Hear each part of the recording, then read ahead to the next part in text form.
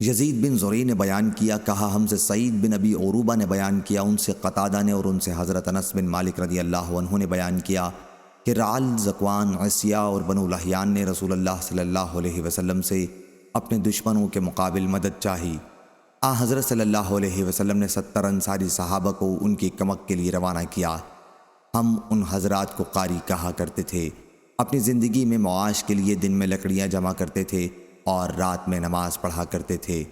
جب یہ حضرات بار معونہ پر پہنچے تو ان قبیلے والوں نے انہیں دھوکہ دیا اور انہیں شہید کر دیا۔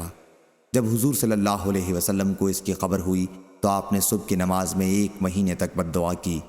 عرب کے انہی چند قبائل رعل، ذکوان، عصیہ اور بنو لحیان کے لیے انس رضی اللہ عنہ نے بیان کیا کہ ان صحابہ کے بارے میں قرآن میں آیت نازل ہوئی اور ہم اس کی تلاوت کرتے تھے، پھر وہ آیت منسوخ ہو گئی۔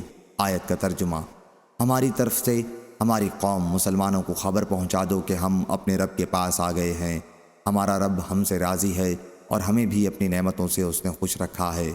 اور قتادہ سے روایت ہے، ان سے انس بن مالک رضی اللہ عنہ نے بیان کیا کہ نبی کریم صلی اللہ علیہ وسلم نے 1 مہینے تک صبح کی نماز میں عرب کے چند قبائل یعنی رعل، ذکوان، عصیہ اور بنی لحیان کے لیے بد دعا کی تھی۔